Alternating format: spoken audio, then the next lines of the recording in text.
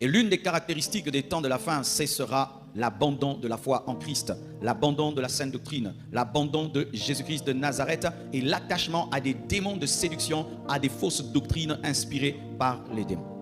C'est ce qui arrive en ce temps de la fin. Lorsque vous voyez ces choses, sachez que ce sont les signes avant-coureurs de l'enlèvement. Vous serez haïs parce que vous aimez Dieu, c'est ça la Bible. Vous serez persécutés parce que vous aimez Dieu. On va vous empêcher de manifester votre amour pour Dieu. C'est ça que la Bible dit. Il a dit, s'ils m'ont haï, ils vous haïront. L'apostasie et la rétrogradation sont impulsées par un esprit démoniaque, une séduction démoniaque.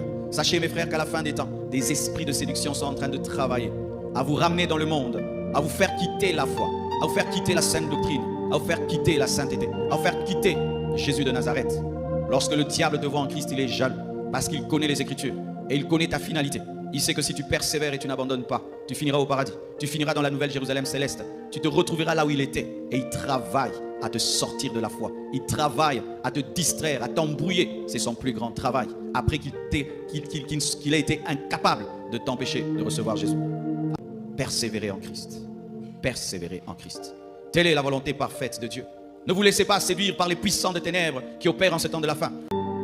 Philippiens 4, verset 1 nous dit: c'est pourquoi, mes bien-aimés et très chers frères, vous qui êtes ma joie et ma couronne, demeurez ainsi fermes dans le Seigneur, mes bien-aimés. Demeurer en Christ, c'est la volonté parfaite de Dieu. La volonté parfaite de Dieu, ou la priorité de Dieu dans ta vie, ce n'est pas que tu te maries. Ce n'est pas que tu puisses te fiancer. Parce que tu peux te marier et le mariage te fait quitter la foi. Tu peux attraper un travail et ce travail te fait quitter la foi. Tu peux voyager et là-bas tu perds la foi.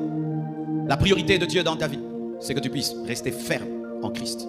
Le premier travail du Saint-Esprit dans ta vie, c'est t'amener à garder l'alliance.